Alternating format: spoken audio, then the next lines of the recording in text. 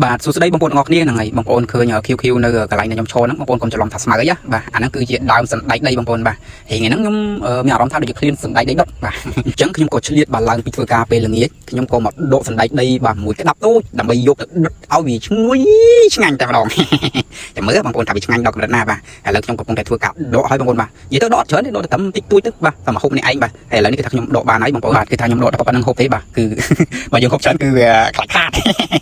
បាទឥឡូវមកកាត់ពេលយូរតែយើងដើរទៅបន្តទៀតបាទហើយនេះគឺថាសណ្ដែកដែលខ្ញុំដកហើយបងប្អូនបាទគឺយើងទុកវាឲ្យរៀងក្រៀមបន្តិចបាទ3 4ថ្ងៃទៅយើងអាចវាយបានហើយអញ្ចឹងខ្ញុំដករួចនេះដករួចម្សិលមិញវារៀងស្ពប់តិចទៀតហើយដល់ពេលតែបានតែប្រហែលជា3 ទៅ 4ថ្ងៃគឺវាចាប់ផ្ដើមក្រៀមអញ្ចឹងចាំយើងមកវាយវាហើយឥឡូវយើងកុំនិយាយច្រើនយើងដើរទៅបន្តទៀតកិច្ចរបស់យើងគឺដុតសណ្ដែកដីបាទ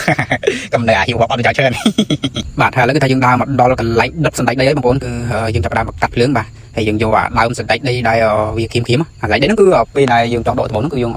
ពេលវាយកស្ងោរដល់ពេលអញ្ចឹងយើងទុកដើមវាចោលតែពីថ្ងៃទៅវាចាប់បានក្រៀមយើងអាចយកវាមកកាត់ភ្លើងអញ្ចឹងបានទៀតយេគេទៅអែមដែរបាទហើយខ្ញុំគិតថាប្រហែលជាមានបងប្អូនយើងភាគច្រើនដែលគាត់អត់ធ្លាប់ហូបសណ្ដែកដីបាទដកពីដើមមកថ្មីហើយយកមកដុតលក្ខណៈដូចខ្ញុំអញ្ចឹងខ្ញុំគិតថាប្រហែលជាគាត់ធ្លាប់ហូបបាទគឺភាគច្រើនគឺគាត់ហូបសណ្ដែកដីស្ងោរហើយគាត់ទិញពីគេអញ្ចឹងទៅឬក៏គាត់ស្ងោរហូបខ្លួនឯងប៉ុន្តែគាត់មិនមែនហូបលក្ខណៈបែបហ្នឹងបាទអញ្ចឹងបើខ្ញុំហូបបែបហ្នឹងគឺខ្ញុំខុសគេបងប្អូនបាទប៉ុន្តែខ្ញុំសូមបញ្ជាក់បងប្អូនបាទដកពីដើមមកថ្មីហើយយើងយកមកដុតអញ្ចឹងឈ្ងុយខ្លាំងណាស់អើយនិយាយទៅអាឡែកនេះយើងស្ងោរយើងទិញហូបវាមានថ្ងៃទៅថ្មីវាខ្ញុំដកចេះអញ្ចឹងយកមកពីរសជាតិទៅមកជួយមួយខ្ញុំឥឡូវហ្នឹងគឺថាភ្លើងវាចាប់ផ្ដើមឆេះហើយវាអត់តឆេះទេប៉ុន្តែវាហុចផ្សាយរៀបឆេះបងប្អូនបាទគឺតិចទៀតវានឹងចេញដាប់ភ្លើងលៀនភ្លិលមកតែម្ដងបាទឥឡូវគេថាយើងចាប់ផ្ដើមដាក់អស់បងប្អូនបាទដាក់អស់ទូចទៅដើម្បីឲ្យវាឆាប់មានល្ងើកហើយយើងបន្ទាប់ពីយើងដាក់អស់ហើយយើងទុកវាចោលចំមួយសន្ទុះដើម្បីឲ្យវាឆេះអស់ហ្នឹងទៅមានល្ងើកចាំយើងមកសេរីដាក់ស្ដែកដីហើយយើងធ្វើការដុតបាទបន្ទាប់ពីយើងដុតភ្លើងឲ្យឆេះចោលរយៈពេលបាទអស់2 3ផ្លែតបាទឥឡូវគេថាវាចាប់ផ្ដើមមានល្ងើកហើយបងប្អូនបាទអញ្ចឹងយើងកុំគិតយូរទៀតណាគឺថាយើងចាប់ផ្ដើមទាញដើមស្ដែកដីមកហើយយកវាមកដាក់ក្នុងភ្លុកភ្លើងផ្លាច់បន្ទាប់មកយើង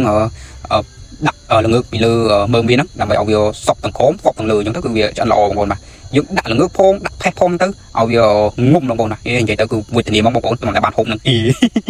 វេទនាប៉ុណ្ណឹងវេទនាអាគេនៅខំធ្វើខំដាំខំថែអស់រយៈពេល3 ខែ 10 ថ្ងៃតែបានប្រមូលផលគេមិនដឹងតូចតែអីមួយម៉ាត់ផងឯងគ្រាន់តែដាំអូច្រឡំគ្រាន់តែដាំគ្រាន់តែដុតហូបប៉ុណ្ណឹងក៏ហៀបប្រវត្តិដែរធម្មតាទេបើយើងចង់ឆ្ងាញ់យើងកុំខ្ជិលតែបើយើងខ្ជិលយើងកុំចង់ឆ្ងាញ់បាទមាត់និយាយប៉ុន្តែដៃធ្វើនេះហើយគឺជាទង្វើរបស់មនុស្សឧស្សាហ៍បងប្អូនចំណាំមើលតែប៉ុណ្ណឹងគឺដឹងហើយបាទឥឡូវគឺថាយើងដាក់ល្ងើកហើយយើងដាក់ផេះឲ្យវាពេញនៅមើមនឹងតែម្ដងបងប្អូនដើម្បីឲ្យវាឆាប់ងុំហើយឆាប់ឆ្អិនបងប្អូនបាទឥឡូវគឺថារួចហើយយើងទុកវាចោលមកសន្ទុះទៅតែបន្ទាប់ពីទុកវាចោលអស់រយៈពេលប្រហែលជា5 នាទីឥឡូវយើងមកមើលវាថាតើវាឆ្អិនហើយឬនៅបងប្អូនបាទសង្ស័យអត់ឆ្អិនណាខ្ញុំបាទទាញមកសង្ស័យជានៅមែនហើយបងប្អូនបាទមើលទៅដូចជាមើលដូចនៅសស្ញាចាំមកទេសង្ស័យរីអាចពេញនឹងឡើយបាទអានេះប្រហែលជាទុកវា5 នាទីទៀតបានវាឆ្អិនហើយដល់ពេលអញ្ចឹងទៅយើងមានអីបកមើលទៅបងប្អូនបាទគឺវាមានអាខ្លះឆៅមានអាខ្លះឆ្អិនប៉ុន្តែគាត់ថាវាឆៅហ្នឹងគឺវាពីច្រើនមកមានជោគ90% ឆ្អិនបានតែ 10% បើយើងដើរបាទហើយអញ្ចឹងគឺខ្ញុំគិតថាវីដេអូហ្នឹងគឺមានត្រឹមតែប៉ុណ្ណឹងបងប្អូនអរគុណច្រើនសម្រាប់ការទស្សនាវីដេអូដែលអត់ប្រយោជន៍មួយនេះតាំងពីដើមរហូតដល់ចប់បាទបាយបាយជួបគ្នានៅវីដេអូក្រោយ